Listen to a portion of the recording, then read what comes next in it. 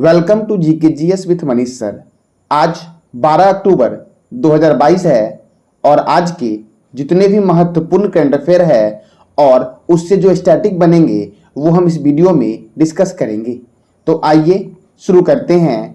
आज का पहला प्रश्न है, हाल ही में किसने भारत में बिडा V1 ईवी स्कूटर लॉन्च किया है? ईवी का फुल फॉर्म होगा इलेक्ट्रिक व्हीकल स्कूटर लॉन्च किया है। तो यह लॉन्च किया है बिडा V1 इलेक्ट्रिक व्हीकल लॉन्च किया है हीरो मोटरकॉर्प ने।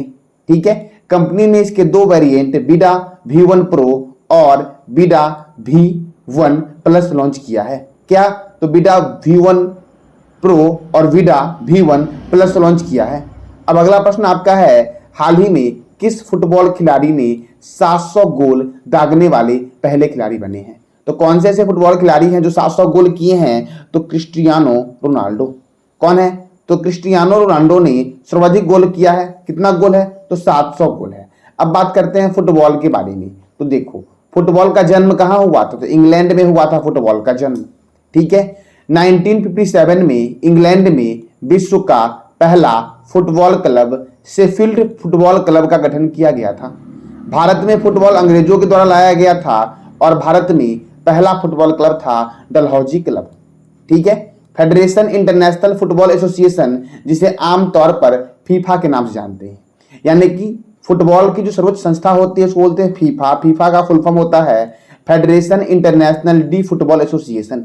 इसकी स्थापना हुई थी 21 मई 1904 को पेरिस में और वर्तमान में इसका मुख्यालय जो है वो स्विट्जरलैंड के ज्यूरिख में है। कहां पर है? तो स्विट्जरलैंड के ज्यूरिख में है। स्विट्जरलैंड को ही बोलते हैं प्ले ग्राउंड ऑफ यूरोप। ठीक है, विश्व का पहला कप का आयोजन जो हुआ था, फुटबॉल कप का आयोजन जो हुआ था, यह 1930 में उरुग्वे में हुआ था और उरुग्वे और अर्जेंटीना के बीच हुआ था, जिसमें उरुग्वे की जीत हुई थी। 2018 का फीफा वर्ल्ड कप का आयोजन रूस और फ्रांस के बीच हुआ। कहां हुआ? तो क्रोएशिया में हुआ। अगर आपसे पूछा जाए कि फीफा वर्ल्ड कप 2018 का कहां हुआ, तो रूस में हुआ। और यह किसके बीच हुआ? तो फ्रांस और क्रोएशिया के बीच हुआ। फ्रांस जीता फाइनल में। ठीक है, 2022 का फुटबॉल वर्ल्ड कप जो होगा यह कतर में होगा। कहां पे होगा? कतर में। 1942 और 1946 में द्वितीय विश्व युद्ध के दौरान फुटबॉल का विश्व कप नहीं हुआ था, यानी कि फुटबॉल वर्ल्ड कप जो है आपका कब नहीं हुआ था? तो 1942 और 1946 में नहीं हुआ था, क्योंकि सेकेंड वर्ल्ड वार जो है वह इस समय चल रहा था। ठीक है, अच्छा, फुटबॉल में खिलाड़ियों की संख्या कितनी होती है? इसका जवाब देना है कमेंट बॉक्स में आपको कि फुटबॉल में खिलाड़ियों की संख्या कितनी होती है। देखो, अगला प्रश्न है आपका, कौन सा हवाई अड्डा अपनी ऊर्जा खपत की जरूरतों को पूरी तरह से हरित स्रोत द्वारा संचालित करेगा? तो हरित स्रोत के द्वारा जो संचालित करेगा वह करेगा छत्रपति शिवाजी अंतरराष्ट्रीय हवाई अड्डा। छत्रपति शिवाजी अंतरराष्ट्रीय हवाई अड्डा जो है यह महाराष्ट्र की राजधानी मुंबई में है। इसमें है एक महाराजा अग्रसेन अंतरराष्ट्रीय हवाई अड्डा, तो हरियाणा के हिसार जिले में है यह। इंदिरा गांधी अंतरराष्ट्रीय हवाई अड्डा जो है आपका यह नई दिल्ली में है। और त्रिअनंतपुरम समझ ही गए होंगे, कर्नाटक की राजधानी क्या है? बेंगलोर है। और केरल की राजधानी क्या है? त्रिअनंतपुरम। तो त्रिअनंतपुरम अंतरराष्ट्रीय हवाई अड्डा जो आपका है वो कहां पर है? तो केरला में है। ठीक है, अब देखो, अपनी ऊर्जा खपत की जरूरतों के लिए पूरी तरह से हरित स्रोत द्वारा संचालित होगा छत्रपति शिवाजी अंतरराष्ट्रीय हवाई अड्डा और यह भारत की 100% सस्टेनेबल हवाई अड्डों में से एक बन गया है। अब हवाई अड्डे के बारे में तो मैंने पिछले क्लास में आपको बताया था कि कोचीन इंटरनेशनल एयरपोर्ट को एयरपोर्ट काउंसिल इंटरनेशनल द्वारा एयरपोर्ट सर्विसेज क्वालिटी अवार्ड 2022 से सम्मानित किया गया है। चंडीगढ़ हवाई अड्डे का नाम शहीद भगत सिंह हवाई अड्डा कर दिया गया है। क्या कर दिया गया है? तो चंडीगढ़ हवाई अड्डे का नाम शहीद भगत सिंह हवाई अड्डा कर दिया गया है।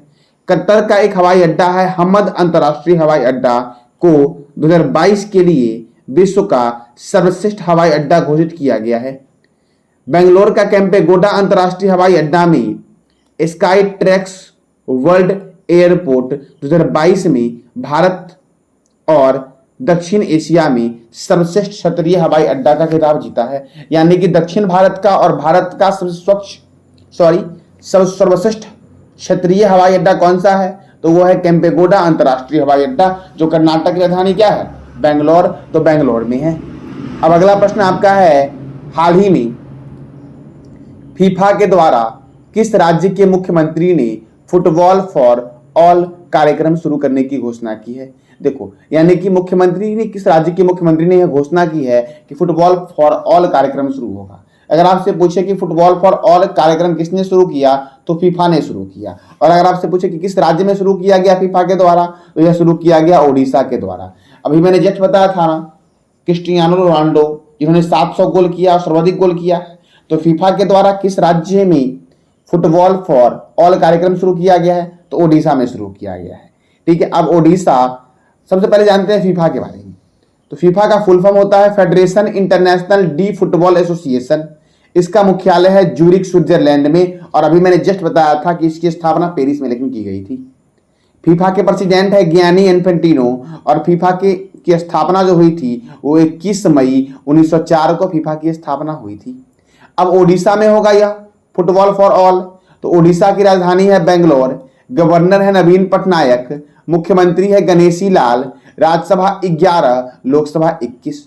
स्थापना हुई 1 अप्रैल 1936 को।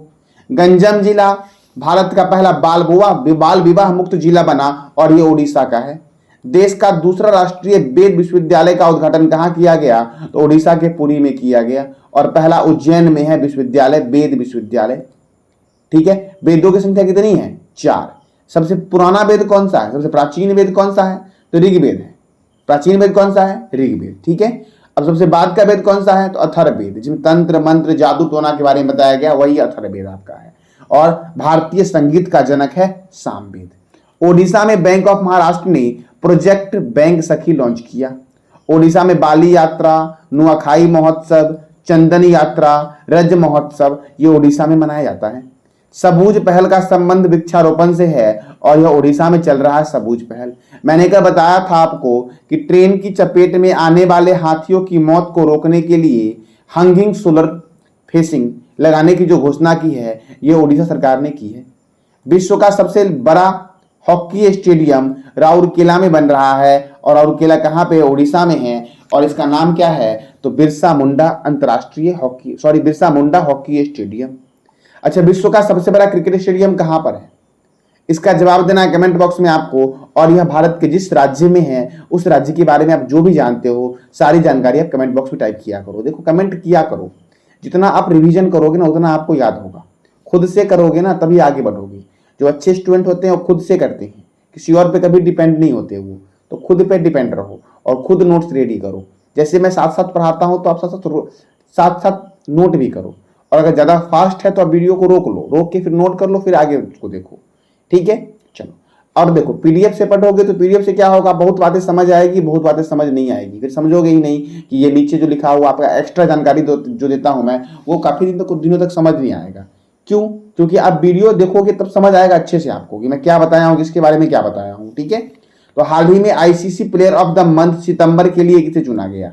देखो, तो ICC player of the month न मैंने पुरुष बताया है न मैंने महिला, क्लियर पूछा है कि हाल ही में ICC player of the month सितंबर महीने के लिए किसे चुना गया है? तो महिला में चुना गया है हरमनप्रीत कौर को। हरमनप्रीत कौर जो है यह इंडिया की है, और पुरुष में चुना गया है मोहम्मद रिजवान को, और ये पाकिस्तान के हैं विकेट कीपर और बल्लेबाज, पाकिस्तान के मोहम्मद रिजवान। तो अगर आपसे पूछा जाए कि सितंबर महीने का ICC player of the month किसे चुना गया, तो महिला में हरमनप्रीत कौर को चुना गया और पुरुष में मोहम्मद रिजवान को चुना गया। ठीक है, चलो। भारतीय महिला क्रिकेट टीम की कप्तान है हरमनप्रीत कौर ने वुमेन्स कैटेगरी में, जबकि पाकिस्तान के विकेट कीपर और बल्लेबाज मोहम्मद रिजवान ने मेंस कैटेगरी में यह अवार्ड जीता है, यानी कि प्लेयर ऑफ द मंथ जीता है। ठीक है, अब मैंने देखो यहाँ पे नोट कर दिया हूं आपका कि इस महीने में, मतलब इस साल में जितने भी आपके प्लेयर ऑफ द मंथ आए, जनवरी में, फरवरी में, मार्च में, अप्रैल में। जैसे जनवरी 2022 में कौन था, तो किंगन पीटरसन था, ये दक्षिण अफ्रीका का था। फरवरी में कौन था, श्रेयस अय्यर था, भारत का था। मार्च में कौन था, बाबर आजम, पाकिस्तान का था। अप्रैल में कौन था, तो केशव महाराज था, जो दक्षिण अफ्रीका के प्लेयर हैं, यह इसको चुना गया। ठीक है, मई में आपका एंजेलो मैथ्यूज को चुना गया, श्रीलंका के हैं। ठीक है, तो इस तरह से मैं आपका नोट कर दिया हूं एक जगह, आपको अगर आपको जरूरत लगे तो ये नोट कर लेना। ठीक है, देखो फिर लास्ट महीने याद रखो 2-3 आपका। जुलाई में एम्मा लैम्ब को चुना गया महिला में, अगस्त में तहलकिया मैकग्रॉथ को चुना गया, ये ऑस्ट्रेलिया की प्लेयर है। और सितंबर मैंने अभी जस्ट बताया हरमनप्रीत कौर का संबंध क्रिकेट से है और इनको ICC player of the month चुना गया है सितंबर महीने का। ठीक है, देखो अगर मान लो एग्जाम में नहीं पूछता है कि जनवरी महीने या किसी चुना गया, सितंबर महीने या किसी चुना गया, फरवरी महीने या किसी चुना गया, तो आपसे सिंपल पूछ लेगा कि मैरीजान कैंप का संबंध किस खेल से है, तो क्रिकेट से है और या किस देश के हैं, दक्षिण अफ्रीका से हैं। ठीक है, तो यहां से ये सारा आपका क्लियर होगा। अब आगे बढ़ते हैं, क्रिकेट के बारे में जानते हैं। तो इंटरनेशनल क्रिकेट काउंसिल का मुख्यालय दुबई में है। इंटरनेशनल क्रिकेट काउंसिल की स्थापना 15 जून 1909 को हुई। इंटरनेशनल क्रिकेट काउंसिल के चेयरमैन है ग्रेग बार्केले और इसके सीईओ हैं जियोफ एलर्डिस। कौन है, तो जियोफ एलर्डिस। बीसीसीआई के चेयरमैन हैं board of control for cricket in India, इसका मुख्यालय मुंबई में है और बीसीसीआई की स्थापना 1928 में हुई थी। प्रेसिडेंट है बीसीसीआई के सौरभ गांगुली। क्रिकेट का जन्म कहां हुआ था, तो क्रिकेट का जन्म हुआ था इंग्लैंड में। दुनिया का पहला क्लब हैम्बल्डन की स्थापना जो हुई थी 1760 में हुई थी, जबकि दूसरा क्रिकेट क्लब था मैरीलीबोन जिसकी स्थापना 1787 में हुई। क्रिकेट का पहला टेस्ट मैच 1877 का खेला गया। एक दिवसीय, देखो एक है तो लास्ट में भी एक है, 1971 में खेला गया। प्रथम वर्ल्ड कप जो हुआ था वो वेस्ट इंडीज और ऑस्ट्रेलिया के बीच हुआ था। वेस्ट इंडीज जीत की हुई थी और ऑस्ट्रेलिया था उपविजेता। और यह कब हुआ था प्रथम वर्ल्ड कप, तो 1975 में हुआ था प्रथम वर्ल्ड कप। अब अगला आपका है, जैसे कुछ ट्रॉफी है आपका, जैसे कि आपका Ranji trophy, Irani trophy, Vijay Hazare trophy, Moin Uddaula gold cup. कौन सा, तो Moin Uddaula gold cup, Cooch Behar cup, Duleep trophy, champions trophy, Wills trophy, Asia cup और एसएच कप का संबंध किससे है, तो क्रिकेट से है। 1983 में इंग्लैंड में आयोजित हुआ था वर्ल्ड कप, जिसमें भारत ने वेस्ट इंडीज को हरा करके वर्ल्ड कप अपने नाम किया था। 2011 में भारत, श्रीलंका और बांग्लादेश में आयोजित हुआ था वर्ल्ड कप, जिसमें भारत ने श्रीलंका को हरा करके जीत हासिल की थी। अब अगला प्रश्न आपका है, 37वें राष्ट्रीय खेल 2023 का आयोजन किस भारत के किस राज्य में होगा, तो 37वें राष्ट्रीय खेल 2023 का आयोजन जो होगा आपका ये होगा गोवा में। ठीक है, देखो अगर 37 अगर मैं 36 बोलूंगी, 36वें राष्ट्रीय खेल का आयोजन कहाँ हो रहा है, तो गुजरात में हो रहा है, लेकिन 37वें कहाँ होगा, तो गोवा में होगा। अब गोवा में होगा तो गोवा से आपके एग्जाम के लिए और कौन कौन से प्रश्न बनते हैं। ठीक है, तो देखो गोवा की राजधानी है पणजी। गोवा के गवर्नर हैं पीएस श्रीधरन पिल्लई। गोवा के मुख्यमंत्री हैं प्रमोद सावंत। गोवा मुक्ति दिवस 19 दिसंबर को मनाया जाता है क्योंकि 19 दिसंबर 1961 को गोवा पुर्तगाल से आजाद हुआ था और गोवा की स्थापना हुई थी 30 मई 1987 को, इसीलिए गोवा को पूर्ण राज्य का दर्जा दिया गया था। कब, तो 30 मई 1987 को, इसलिए गोवा स्थापना दिवस मनाता है 30 मई को। ठीक है, गोवा में है दूध सागर झरना मांडोवी नदी पर। नंदा झील को गोवा में नंदा झील है जिसको रामसर सूची में शामिल किया गया है। भारत का पहला अल्कोहल म्यूजियम गोवा में खुला है और भारत का पहला रेबीज मुक्त होने वाला राज्य जो बना है आपका पहला, वो कौन बना है, तो गोवा ही बना है। अब अगला प्रश्न आपका है, हाल ही में अग्नि तत्व अभियान का पहला सेमिनार कहाँ आयोजित होगा, तो ये वहीं पे आयोजित होगा जहां पर आपका हेमिस नेशनल पार्क है। तो समझ ही गए होंगे लद्दाख में, और लद्दाख की राजधानी क्या है, लेह है। तो लेह में आपका अग्नि तत्व अभियान का पहला सेमिनार आयोजित होगा। अब ये अग्नि तत्व, तो देखो पावर फाउंडेशन ऑफ इंडिया विज्ञापन भारती के सहयोग से लाइफ स्टाइल फॉर एनवायरमेंट के तहत अग्नि तत्व पर जागरूकता पैदा करने हेतु इस अभियान की शुरुआत की गई है। ठीक है, चलो अब अगला प्रश्न आपका है, अंतर्राष्ट्रीय बालिका दिवस कब मनाया जाता है, तो अंतर्राष्ट्रीय बालिका दिवस मनाया जाता है 11 अक्टूबर को। कब मनाया जाता है, तो 11 अक्टूबर को मनाया जाता है अंतर्राष्ट्रीय बालिका दिवस। ठीक है, थीम क्या था बालिका दिवस का, तो our right time is now और आवर राइट आवर फ्यूचर। ठीक है, अब इस महीने में और कौन कौन से महत्वपूर्ण दिवस मनाए गए, तो अंतर्राष्ट्रीय वृद्धजन दिवस 1 अक्टूबर, विश्व शाकाहारी दिवस 1 अक्टूबर, अंतर्राष्ट्रीय कॉफी दिवस 1 अक्टूबर, विश्व कृषि पशु दिवस 2 अक्टूबर, अंतर्राष्ट्रीय अहिंसा दिवस 2 अक्टूबर, विश्व पर्यावरण दिवस 3 अक्टूबर, विश्व अंतरिक्ष सप्ताह 4 से 10 अक्टूबर तक होता है, विश्व पशु दिवस 4 अक्टूबर। कब, तो 4 अक्टूबर, विश्व शिक्षक दिवस 5 अक्टूबर, विश्व सेरेब्रल पॉलिसी दिवस 6 अक्टूबर को होता है, विश्व कपास दिवस 7 अक्टूबर को मनाया जाता है, विश्व मुस्कान दिवस 7 अक्टूबर, विश्व प्रवासी पक्षी दिवस 8 अक्टूबर और 14 मई, क्योंकि यह साल में 2 बार मनाया जाता है। भारतीय वायुसेना दिवस 8 अक्टूबर, विश्व डाक दिवस 9 अक्टूबर, भारतीय विदेशी सेवा दिवस 9 अक्टूबर, विश्व मानसिक स्वास्थ्य दिवस 10 अक्टूबर और अंतर्राष्ट्रीय बालिका दिवस मनाया जाता है 10 अक्टूबर को। तो ये था आज का आपका करंट अफेयर। मैंने कल आपसे क्वेश्चन पूछा था, जो क्वेश्चन था आपका, हाल ही में इंटरनेशनल हॉकी फेडरेशन ने किसे सर्वश्रेष्ठ पुरुष गोलकीपर चुना है? तो इसका आंसर हो जाएगा आपका PR श्रीजेश को अंतर्राष्ट्रीय हॉकी फेडरेशन ने सर्वश्रेष्ठ गोलकीपर चुना है। ठीक है, तो अब देखो महिला में किसे चुना गया है? तो सविता पुनिया को इंटरनेशनल हॉकी फेडरेशन ने सर्वश्रेष्ठ महिला गोलकीपर चुना है। अब इंटरनेशनल हॉकी फेडरेशन, तो इंटरनेशनल हॉकी फेडरेशन का मुख्यालय है लुसाने स्विट्जरलैंड में और इसके प्रेसिडेंट है डॉक्टर नरेंद्र ध्रुव बत्रा और इसकी स्थापना हुई थी 7 जनवरी 1924 को। और हॉकी इंडिया के नए अध्यक्ष हैं दिलीप टंकी। कौन है? तो दिलीप टंकी। चलो, अब आज का आपका प्रश्न है, हाल ही में किस राज्य सरकार ने ट्रेनों की चपेट में आने वाले हाथियों की मौत को रोकने के लिए हैंगिंग सोलर फेसिंग लगाने की घोषणा की है?